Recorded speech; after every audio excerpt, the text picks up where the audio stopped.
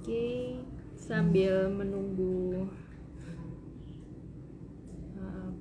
Bapak Ibu untuk bergabung. Oke, mungkin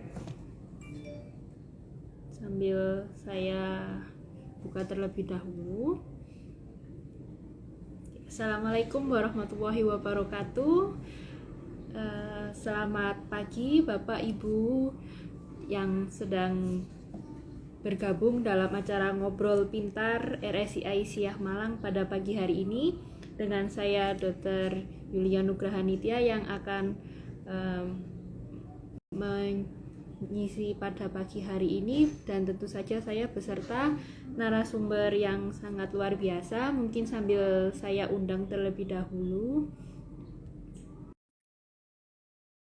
Pada pagi hari ini untuk narasumber kita yaitu Dr. Prita Mulyarini, spesialis obstetrik ginekologi konsultan magister hukum. Assalamualaikum dokter. Waalaikumsalam warahmatullahi wabarakatuh, Dok. Sudah terdengar jelas gitu? Bagus. Ya, alhamdulillah. Bagaimana kabarnya dokter? Alhamdulillah, Rabbil Alamin. Semoga dokter sehat, semua yang ada di Instagram ini sehat semua. Amin. Mungkin bisa sambil kita mulai gitu kan. Untuk tema pada pagi hari ini yaitu kiat melanggengkan menyusui hingga anak usia 2 tahun, yaitu kunci sukses menyusui.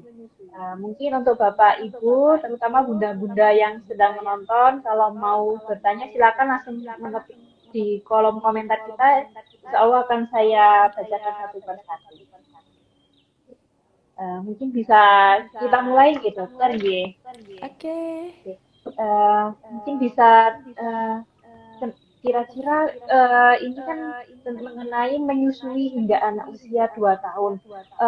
Tentunya menggunakan ASI ya dokter. Nah, ASI ini manfaatnya apa sih dokter? Kok kita perlu memberikan hingga anak usia 2 tahun? Nah, iya. Ini Dok, ASI ini sesuatu yang Masya Allah luar biasa dari Allah khusus untuk spesies manusia. Dulu ada pakar ya yang mengatakan bahwa makanan spesies itu spesifik untuk spesies itu. Makanan dari mamalia sapi untuk sapi. Dan dia juga mengatakan bahwa satu-satunya spesies yang bisa mempercayakan makanannya pada spesies lain itu adalah manusia. Nah, ini kan sangat membuat kita terenyuh ya. Kenapa? Sapi aja tidak mempercayakan makanannya kepada spesies kambing misalnya. Nah, tetapi kenapa kita harus memberikan kepada spesies lain, mempercayakan kepada spesies lain? Padahal ASI itu sesuatu yang tanda petik hidup. Kenapa kok kita bilang tanda petik hidup? Pada waktu seorang ibu melahirkan bayi prematur, maka ASI tersebut adalah ASI untuk bayi prematur. Jadi isinya berbeda dengan pada waktu seorang ibu melahirkan bayi yang aterm, bayi yang cukup bulan. Maka ASI yang timbul adalah bayi ASI untuk bayi cukup bulan. Kemudian ASI itu hari ke hari berbeda. Pada waktu seorang bayi lahir, maka Allah memberikan yang namanya kolostrum dengan keunikannya adalah adanya antibodi.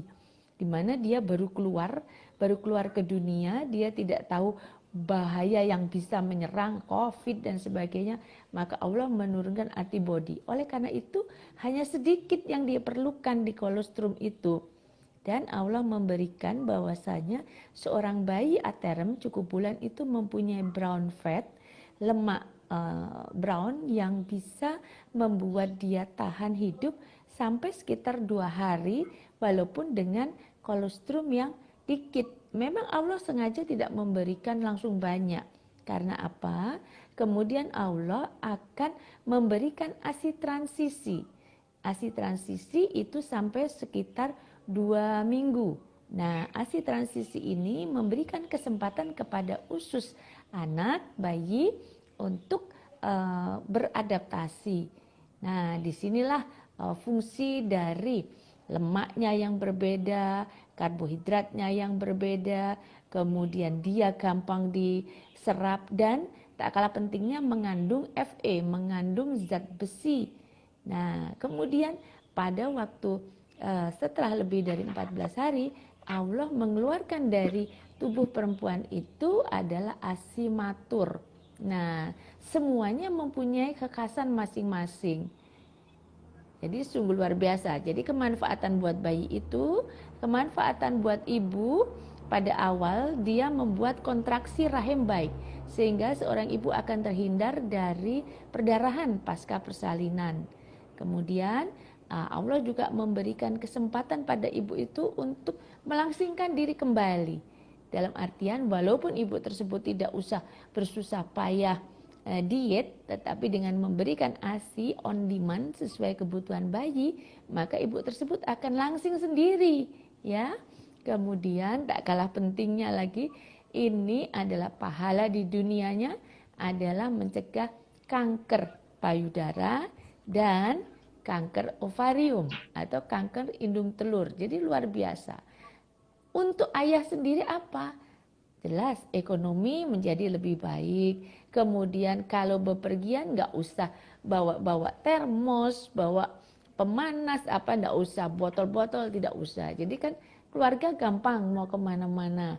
Dan kemudian untuk masyarakat sekitar paling tidak sampah berkurang.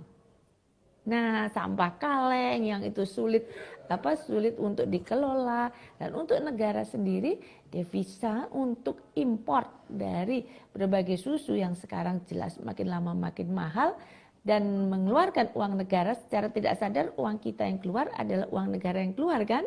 Nah, itu akan membantu negara ini untuk ketahanan perekonomian selain ketahanan keluarga. Oke banget kan? Ya, Masya Allah, luar biasa. Ternyata tidak hanya bermanfaat untuk si bayi, tapi ternyata banyak dari bapak, ibu, dan bahkan negara sendiri juga bermanfaat. Jadi pahlawan ya, ibu yang menyusui itu ya? Ya, gitu. Masya Allah sekali. Baik, dokter. Kemudian, dokter, untuk pengaruh ASI ini, dokter, kenapa kok harus 2 tahun, dokter? Kenapa kok tidak 3 tahun atau mungkin 1 tahun, dokter? Iya, gini, kenapa kok dia 2 tahun? Sebenarnya kalau di Al-Quran sendiri kan mau 3 tahun juga boleh ya. Untuk secara dari kedokteran kita, memang sebaiknya kita mempunyai anak lagi paling tidak 3 tahun. Nah, kenapa? Karena pemulihan diri sudah lebih baik untuk ibunya. Oleh karena itu dengan adanya 2 tahun, dengan visi misi memberi ASI, maka dengan sendirinya ibu tersebut akan berpikir untuk selalu dekat dengan anaknya, bonding, kedekatan. Nah, sampai usia 2 tahun, di mana perkembangan fisik anak itu harus sedemikian baik, perkembangan otaknya harus terpantau dengan nutrisi yang baik, dan tidak lupa pelajaran psikologis anak, kedekatan antara anak dan ibu. Ibu adalah madrasah pertama buat anaknya. Jadi menyusui bukan suatu hal yang membosankan. Dibuktikan dengan apa? Pada waktu dia lahir, cara menyusuinya berbeda. Kedekatan pada waktu menyusui. Menyusui tidak sama dengan memberi ASI.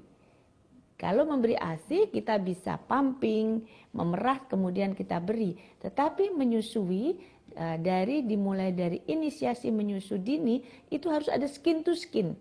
Skin to skin ini akan membantu bayi dalam suhu tubuh, melindungi. Ibu akan merasa melindungi anaknya dan anak akan merasa terlindung. Dengan sendirinya kedekatan psikologis akan berkembang. Ibunya akan lebih memahami anaknya karena di usia 4 bulan dia akan berubah gaya menyusui. Gaya menyusui yang berubah menunjukkan keberadaan ilmu-ilmu dan keterampilan baru pada anak tersebut sesuai dengan pertumbuhannya. Kemudian ibu akan lebih lagi mengenal anaknya. Oh begini toh anakku ini perkembangannya sesuai. Kemudian dia akan berubah lagi pola menyusunya dengan adanya MPASI. Makanan pendamping ASI di usia 6 bulan. Berubah lagi. Maka bagaimana seorang ibu memberikan mengenali anaknya, mengenali dia ingin makan atau tidak, kemudian mengenali pola-pola kemandirian anak sampai akhirnya di usia 1 tahun dia mulai makan duduk sendiri, menu makanannya sesuai dengan makanan keluarga, mulai diajarin culture keluarga, bagaimana bersosialisasi di dalam keluarga, sehingga pada usia 2 tahun anak ini diharapkan sudah mampu untuk bersosialisasi dengan pendampingan yang utuh dari ibunya. Fisiknya baik, akhlaknya baik, cara bicaranya juga baik. Nah itu karena kedekatan dengan ibunya. Gitu kayaknya dok. Baik dokter, Insya Allah. Jadi selain mendapat nutrisi dari sang ibu, tapi juga memberikan kedekatan antara ibu dengan sang anak. Betul. Mungkin dokter, apakah ada tipsnya ini dokter supaya bisa menyusui hingga usia 2 tahun dokter? Iya betul. 2 tahun itu bukan waktu yang singkat ya. Kalau untuk ibu bekerja, 2 tahun ini terasa sebagai waktu yang lama. Terkadang ada yang merasakan sebagai waktu yang membosankan, ada yang merasakan sebagai waktu yang tidak bisa terpegang, ada yang merasakan juga sebagai waktu yang buat apa kok segitu lamanya ya. Jadi satu adalah niat ya, satu niat, dan niat ini nggak bisa kalau nggak didukung sama keluarga terdekat. Nggak, dengan dukungan suami juga nggak bisa. Misalnya seorang ibu menyusui aja anaknya, terus suaminya bilang ini istri kok sibuk aja sama anaknya. Ini kalau tidak mendukung maka akan membuat suasana menjadi tidak kondusif untuk menyusui. Nah, selain niat bersama, kemudian visi misi. Visi misi ini penting dalam artian kita berharap anak kita itu menjadi generasi yang tidak lemah. Kita harus takut meninggalkan generasi yang lemah. Nah, oleh karena itu kita harus memberi dia nutrisi terbaik. Nutrisi terbaik dalam hal jasmani adalah ASI ya. Kemudian nutrisi akhlak. Nutrisi akhlak diberikan juga pada saat seorang ibu memberikan ASI. Dia tidak hanya menempelkan saja, tapi dia harus memandang anaknya, membaguskan bentuk kepalanya dengan pijat, kemudian dia mungkin alisnya sambil memahami betul bentuk-bentuk anaknya, kemudian air mata. Kita kan ada tuh pijatan supaya air mata bayi tidak suka keluar. Jadi bayi kan sering tuh air mata keluar sehingga timbul kotoran. Nah itu juga kita pijat. Kemudian kita latih dia kalau pola mengisapnya kurang baik, maka kita berikan pelatihan untuk rahangnya. Nah, kemudian dia mulai menggerak-gerakkan tangannya, maka kita berikan dia perangsangan-perangsangan. Nah, dengan sendirinya dari situ sambil kita melatih otot-otot bayi, melatih bayi untuk bisa mengintegrasikan keseluruhan tubuhnya, juga kita harus menggunakan waktu tersebut untuk berdoa. Mendoakan anak kita dengan memandang. Oleh karena itu di setiap poster ASI itu kan tidak ada yang sambil lihat ke atas. Selalu memandang. Karena apa dok? Karena pada waktu kita tidak memandang, kita tidak membawa bayi itu, kita tidak menggunakan seluruh indera kita secara fokus, maka aksi tersebut akan berhenti.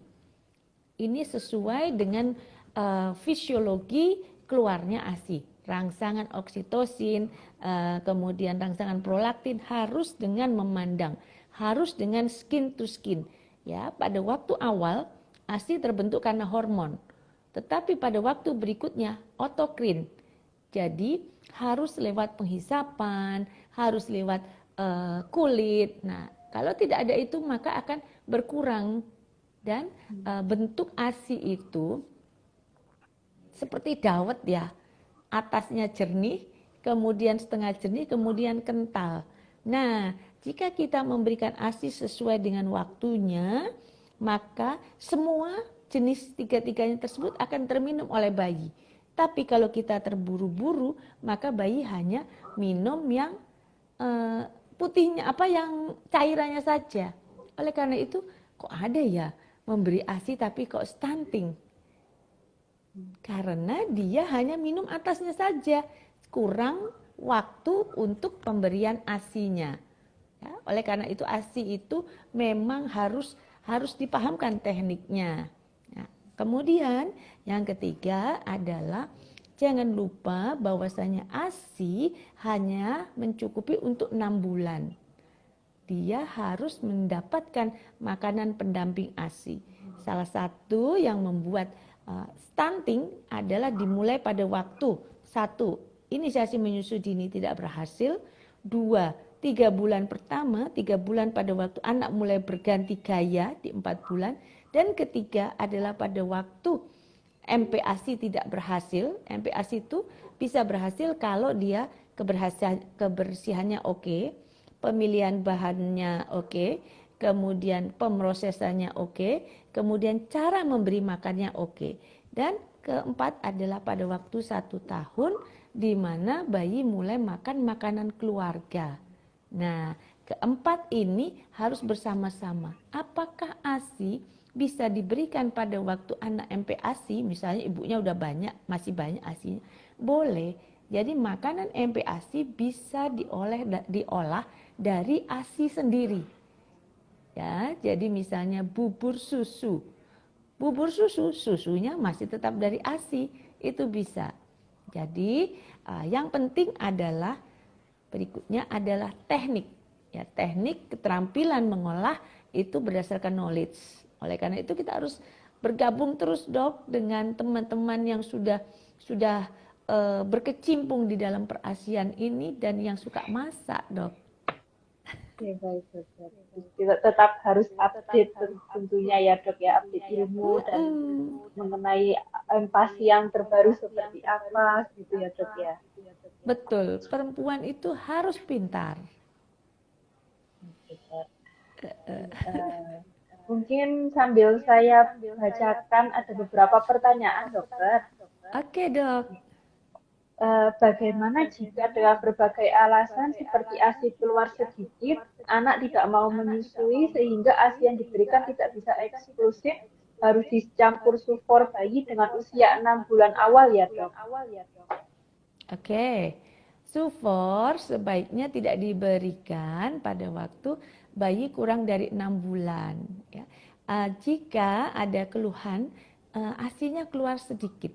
Ini pasti harus kita cari sebabnya dok. Ya, baik itu satu dari kesiapan, ASI itu harus disiapkan. Dalam artian ASI itu nyiapkannya kapan? Apakah baru lahir atau sesaat sebelum lahir? Tidak. ASI disiapkan, pabriknya itu mulai dibuat pada waktu seseorang itu hamil 4 bulan dok. Jadi ASI itu harus benar-benar diniati pada waktu hamil. 4 bulan itu makanan juga harus cukup bernutrisi dan seimbang, tidak harus makan untuk 2 orang. Nah, di situ pabrik mulai dibuat. Kemudian ada yang namanya laktogenesis. Dari yang pertama adalah mamogenesis. Mamogenesis yang awal, mamogenesis 1 itu pada waktu seorang perempuan lahir. Dia harus sehat, tidak anemia sehingga payudaranya bagus, tumbuh, pubertasnya bagus. Kemudian mamogenesis pada waktu seseorang itu hamil 4 bulan. Kemudian laktogenesis adalah pembentukan susunya dari pabrik tersebut. Nah ini laktogenesis 1 dimulai sekitar 1 bulan aterem itu pada waktu mulai keluar putih-putih ya ibu bilang itu putih-putih. Nah kemudian keluar kolostrum. Ya, kolostrum udah mulai keluar walaupun belum lahir. Kemudian lahirlah bayi dengan kolostrum yang mungkin hanya sekitar 1 minggu. Nah, kolostrum ini kemudian dilanjutkan dengan laktogenesis 3 yang berupa keluarnya karena otokrin atau karena perangsangan tadi. Nah, oleh karena itu memang harus didampingi. Seseorang yang pada waktu akhir dari kehamilan belum keluar putih-putihnya, atau kadang-kadang orang Jawa bilang, kok nggak ada keraknya dok? Nah, itu harus didampingi. Jadi ada momen di mana seorang ibu harus ketemu konselor menyusu paling tidak di awalnya adalah di 7 bulan. 7 bulan di mana konselor akan melihat bentuk payudara. Kalau ada payudara yang rata, maka kita bisa ada alatnya, ya namanya nipple former. Former itu pembentuk. Nah, kemudian jika ibu tersebut di 7 bulan bentuk payudara kita berbeda-beda dok, maka kita akan mulai belajar kira-kira bagaimana handling memegang bayinya nanti sesuai dengan bentuk payudaranya. Itu sudah mulai dilatih. Ya. Jadi ya memang harus disiapkan. Jadi pasti ada teknik-tekniknya. Kalau sulit langsung datang ke konselor menyusu. Kita ada loh konselor menyusu, Bu. Oh. Ada Bu Bidan Yani. Ya, Bu Bidan Yani di Poli Anak ya, di Poli Anak. Atau dengan saya juga boleh. Jadi konseling menyusui itu harus ya. Ya, baik, dokter. Mungkin untuk Bapak Ibu yang mau konsultasi lebih lanjut mengenai ASI, monggo boleh langsung ke Poli RSI Siah Malang. Ya, baik, dokter. Sangat jelas sekali untuk penjelasannya, dokter. Kan ini tadi kan mengenai sufor tadi ya, dok ya. Kalau untuk pemberian sufor sendiri, dokter, kapan perlu diberikan? Nah, iya. Sufor itu bisa perlu diberikan jika ada kontraindikasi khusus, dok. Kontraindikasi khusus di mana seorang bayi terpaksa tidak bisa. Namun, kita sebenarnya jika tanpa sufor tetapi kita mempergunakan metode ibu susuan jauh lebih bagus. Nah, untuk ibu susuan ini memang kita harus paham latar belakang, kemudian kita lakukan pengecekan dulu dari kesehatannya, baik kesehatan saat ini ataupun riwayat penyakit yang lalu, kemudian kita lakukan pemeriksaan laboratorium. Nah, setelah itu baru jika semuanya baik, juga tidak lupa adalah akhlak dari ibu susuan itu sendiri. Ya, akhlak dari ibu susuan, karena ibu susuan itu nanti kaitannya panjang, dok. Ya, kaitannya dengan mahram dan sebagainya. Jadi harus tercatat dengan baik, kemudian dia nanti menganggap sebagai ibunya. Jadi sebuah persaudaraan yang sangat indah, ya. Nah, andai kata itu terpaksa tidak memungkinkan, walaupun harusnya memungkinkan itu ya, maka ada satu kondisi mungkin belum ketemu ibu susuannya, maka misalnya ibunya meninggal, nauzubillah min dzalik ya, atau ibunya menderita harus berada di ICU karena kondisinya, misalnya ibunya COVID berat, atau ibunya terkena penyakit kronis yang mungkin membutuhkan waktu 2 minggu saja untuk tidak memberi ASI. Misalnya TBC yang baru ketahuan dan harus berobat dahulu sampai sekitar 2 minggu yang sudah tidak menular itu. Nah itu. Jadi baru kita bisa memikirkan untuk terpaksa susu formula. Susu formula bukan sesuatu yang mudah dalam pemilihan, dok. Dalam artian baik itu menyangkut biaya, karena biayanya sangat tinggi untuk pengadaannya. Kemudian nomor 2, dia lebih banyak unsur yang memudahkan untuk terjadinya gangguan pencernaan. Sehingga biasanya diawali dengan susu yang proteinnya tidak terlalu tinggi. Kalau protein pada ASI adalah whey protein, itu protein yang bisa diserap dengan cepat. Kemudian risiko alergi lebih tinggi, sehingga jika membutuhkan susu alergi, kadang-kadang diberikan adalah susu yang nabati. Namun nabati tentu saja untuk proteinnya dan untuk pertumbuhan bayi tidak sama dengan susu yang hewani, atau dipergunakan susu yang hipoalergen. Nah, susu hipoalergen ini sangat mahal, Dok. Nah, ini yang harus kita cermati. Jika dia terpaksa menggunakan susu itu sementara keluarga tidak mampu, maka nanti jadinya air tajin. Stunting nanti jadinya. Nah, untuk stunting dan wasting, maka pertumbuhan otak dan sebagainya ini menyangkut generasi-generasi mendatang. Jadi ini kita harus berpikir keras kalau terpaksa harus memberi formula, Dok.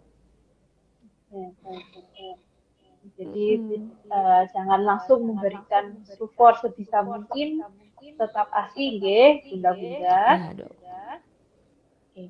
Untuk pertanyaan selanjutnya, dokter, apakah obat booster ASI sangat mempengaruhi produksi ASI? Bila tidak minum booster, apakah tidak apa-apa? Oke, sebenarnya tidak minum booster tidak apa-apa, Dok. Yang penting makanannya sehat.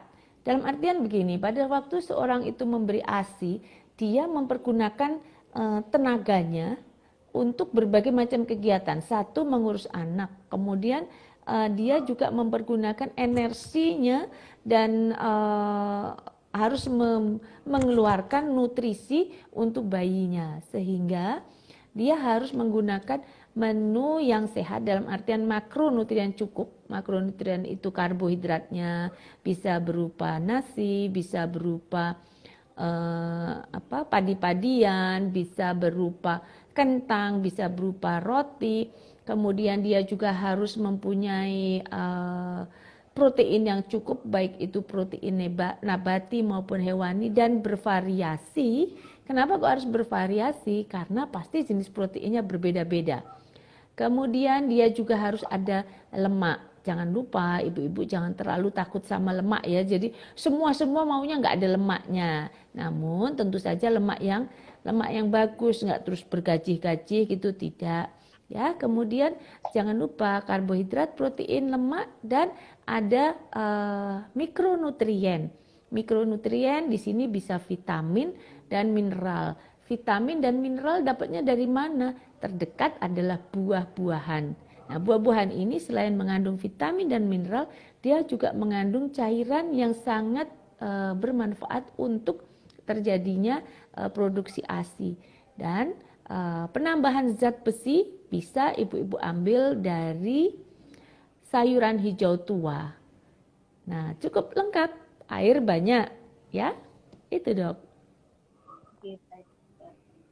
Jadi tidak ada makanan khusus ya, Dok, yang pokoknya harus yang makanan sehat. Yaitu Iya, ada Dok. karbohidrat, protein, lemak, vitamin, mineral, dan cairan. Jadi perlu sayur, buah juga penting ya, Dok ya. Kemudian dokter, kira-kira apakah ada makanan yang menghambat pengeluaran ASI, dokter? Iya, makanan yang menghambat pengeluaran ASI. Banyak obat-obatan yang bisa mengakibatkan ASI menjadi kurang produksinya, ya. Misalnya adalah obat-obatan penghilang nyeri. Kemudian beberapa KB itu juga dapat mengakibatkan ASI berhenti, yaitu KB-KB yang mengandung estrogen. Nah, KB-KB yang mengandung estrogen ini bisa terdapat pada pil kombinasi. Pil kombinasi ini kalau ibu-ibu mau gampangnya adalah pil yang warnanya 2 warna atau 3 warna. Nah, jangan memilih pil yang begitu. Tapi kalau pil yang 1 warna itu biasanya adalah pil khusus untuk menyusui. Kemudian suntik KB yang 1 bulan. Suntik KB yang 1 bulan itu tidak dipergunakan untuk ibu menyusui. Jadi untuk ibu menyusui gunakan suntik yang 3 bulan. Nah, kemudian ada obat-obatan tertentu yang bisa membuat ASI berkurang. Ini misalnya pada obat-obatan epilepsi, kemudian pada obat-obatan hipertensi. Nah, memang pada kondisi-kondisi demikian, memang ibu-ibu mungkin tidak menyusui langsung ya dok, misalnya pada ibu yang epilepsi, di mana kadang kita takut kalau masih ada masih ada tiba-tiba kambuh ya, tiba-tiba kejang, itu memang kita membolehkan untuk tidak memberikan ASI. Ya, kemudian juga pada ibu-ibu yang hipertensi, di mana obat-obatannya itu diperlukan untuk menurunkan tensinya dengan tambahan obat yang kalau untuk ibu menyusui saja ternyata tidak cukup untuk menurunkan tensinya, maka terpaksa tidak dulu menyusui, namun nantinya dia akan bisa menyusui. Jadi jangan di stop dulu. Jadi perah-perah saja, perah-perah, kemudian dikeluarkan, tidak diberikan pada bayi dahulu jika masih mengandung obat yang berbahaya tersebut. Tapi jangan tidak diperah, karena kalau tidak diperah dia berhenti, dia tidak mengirim sinyal bahwa saya masih butuh ke otak kita, kayak gitu ya. Baik, dokter. Kemudian dokter, untuk menyusui ini sendiri dokter, mungkin pada usia sudah 2 tahun, sang ibu sulit untuk menyapih anaknya. Nah, itu kira-kira ada tipsnya tidak dokter? Sebenarnya yang itu sulit menyapih apa sulit disapih dok? Oke, sulit. Dua-duanya ya. Sulit disapih, ya, dua-duanya. Dua-duanya ya. Itu ini sudah waktunya untuk disapih. Tapi ibunya nggak tega, kan kadang begitu dok ya. Ya, yang penting pada usia 2 tahun itu anak sudah mulai bisa diajak bicara. Anak sudah mulai mempunyai aktivitas-aktivitas yang mungkin tidak dekat dengan ibunya, bisa diselimur. Namun yang penting diperhatikan adalah jangan sampai membuat dia menjadi trauma dok. Terkadang itu ada yang dikasih merah-merah. Kemudian ada yang juga yang ibunya langsung bilang sakit. Nah itu akan menimbulkan trauma pada si anak. Ya, trauma terkait dengan payudara. Nah ini tentu saja pendekatan yang kurang oke. Namun kalau kita mempergunakan pendekatan yang lebih tidak terasa, misalnya mami cucua gitu, terus kita alihkan ke yang lain ya, alihkan yang ke makanan lain. Di 2 tahun kan kita sudah tahu tuh makanan apa yang disukai anak-anak. Tapi perlu diingat juga biasanya yang disukai itu terus permen apa gitu. Nah ini perlu diperhatikan karena nanti bisa merusak gigi dan sebagainya. Atau dia mulai diajak ke tempat yang dia sukai, sehingga paling tidak dia hanya menyusui di malam hari saja. Pada waktu mau tidur kan kita tetap harus, dia harus istirahat. Kalau yang siang itu lebih gampang karena bisa diselimur. Nah pada waktu yang paling sulit biasanya melepas pada waktu mau tidur. Gimana caranya? Ada caranya yang mengajak berjalan-jalan sehingga ketiduran di jalan juga ada. Nah kemudian memberikan mainan pada waktu tidur atau membacakan cerita sehingga anak ngantuk sendiri. Nah, yang penting memang harus sabar karena momen di 2 tahun penyapian itu adalah momen bagaimana seorang ibu dengan anaknya mulai bisa bertukar pikiran. Ini momen yang indah-indahnya belin ya. Gitu. Oke, baik dokter. Sangat jelas sekali. Mungkin Bapak Ibu ada yang ingin bertanya, monggo silakan mengenai seputar menyusui. Dokter, mengenai mungkin ibu-ibu yang sebagai pekerja, apakah ada waktu yang tepat untuk sehari harus berapa kali menyusui secara langsung, atau kalau memang murni dari pumping saja apakah boleh atau bagaimana, dokter? Nggih, Dok. Apakah pumping saja boleh? Boleh sih boleh ya dok ya, boleh sih boleh. Tapi ibu bekerja itu adalah ibu yang lama waktu di luar. Nah kalau waktu di luar lama, tentunya dia harusnya begitu ketemu anak, begitu langsung merangkul dan merengkuhnya supaya dia langsung dekat dengan anak itu. Bayangkan kalau bekerja 8 jam. Kemudian anak tidur 6 jam, 8 ditambah 6 sudah 14 jam. 14 jam kemudian yang ada di rumah adalah tinggal 10 jam. Nah 10 jam itu tidak mungkin hanya dengan anaknya saja, mungkin harus merapi-rapikan sesuatu dan sebagainya itu. Nah maka yang harus dilakukan adalah secepatnya merangkuh anaknya pada waktu pulang, kemudian semalaman berada bersama anaknya, dan sebelum berangkat kerja itulah susui. Walaupun dok sebenarnya di dalam undang-undang karena menyusui itu dan hak menyusu itu adalah hak hidup. Dalam artian kalau kita tidak diberi susu kan tidak hidup ya. Ya walaupun itu sebenarnya hak asasi yang bisa digantikan oleh susu yang lain.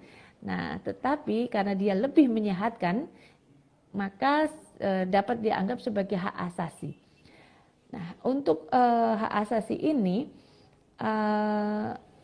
sebenarnya di tiap tempat kerja itu harus memberikan kesempatan kepada pekerjanya yang menyusui untuk menyusui.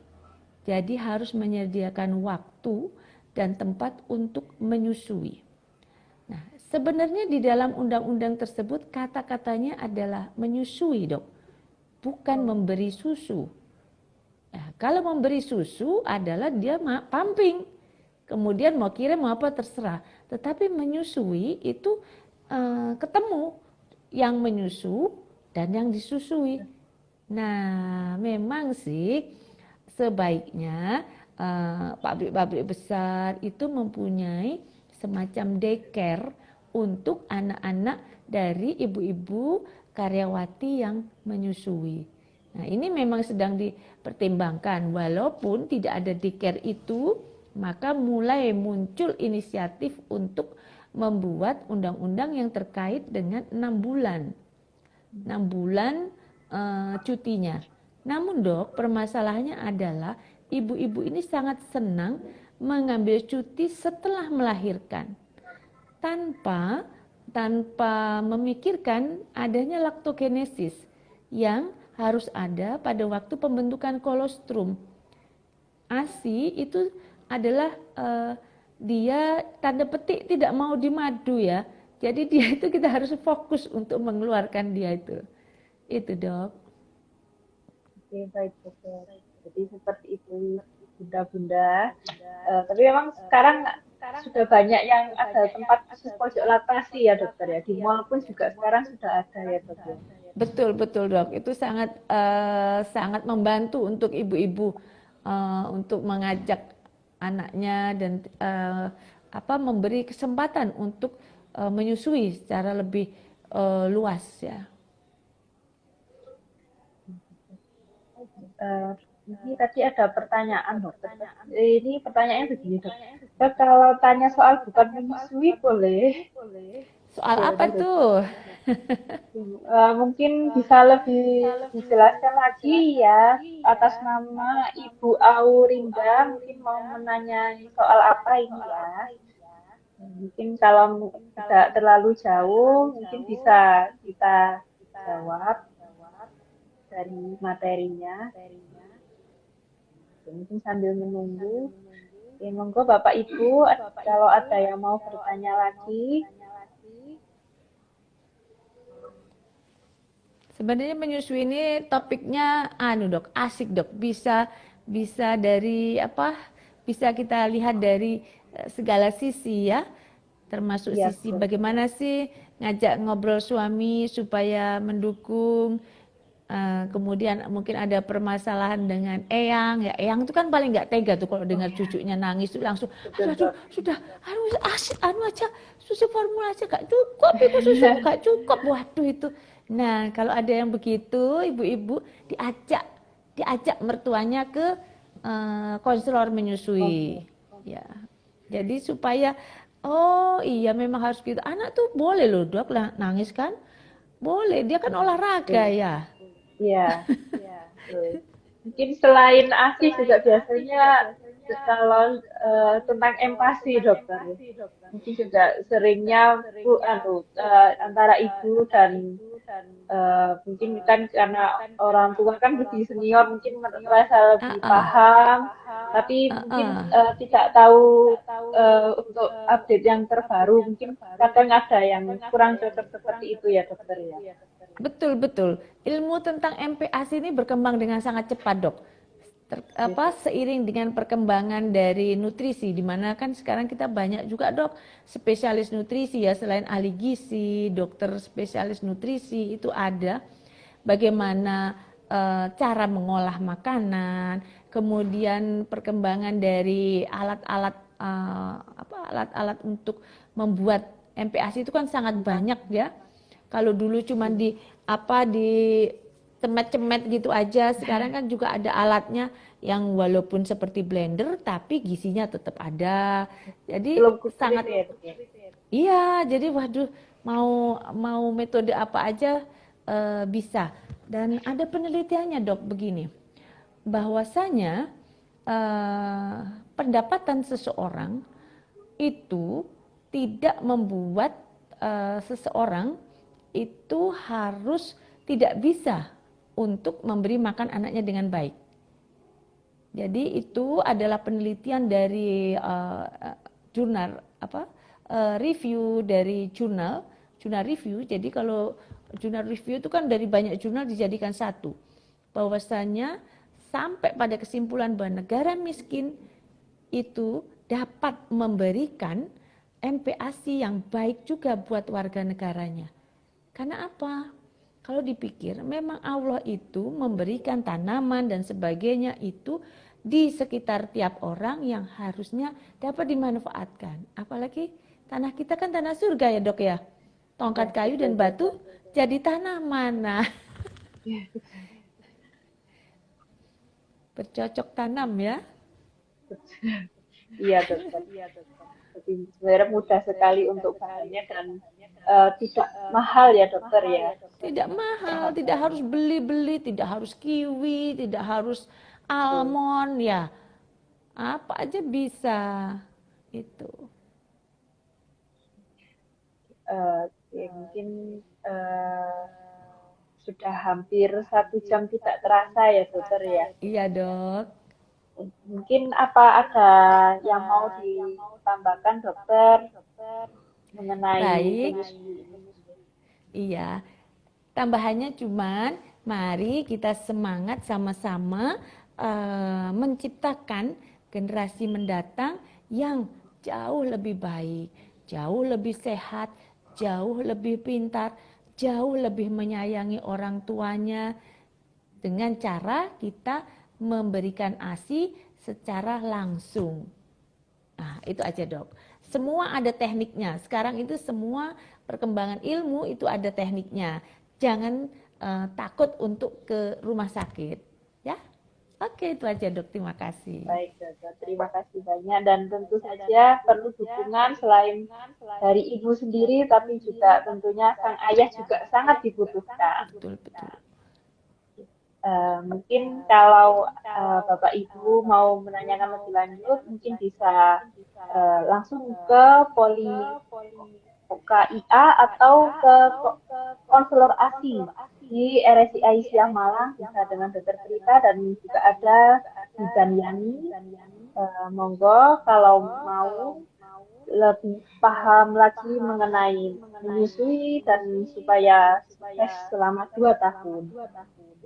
Mungkin bisa sambil kita akhiri ya dokter. Terima kasih banyak. Sangat bermanfaat sekali dokter. Terima kasih dok. Semoga bisa bertemu lagi dalam dengan materi-materi yang menarik lainnya. Dan terima kasih banyak dokter. Insya Allah. Makasih dok. Bapak Ibu, kami pamit undur diri terlebih dahulu. Mohon maaf apabila ada kekurangan. Wassalamualaikum warahmatullahi wabarakatuh.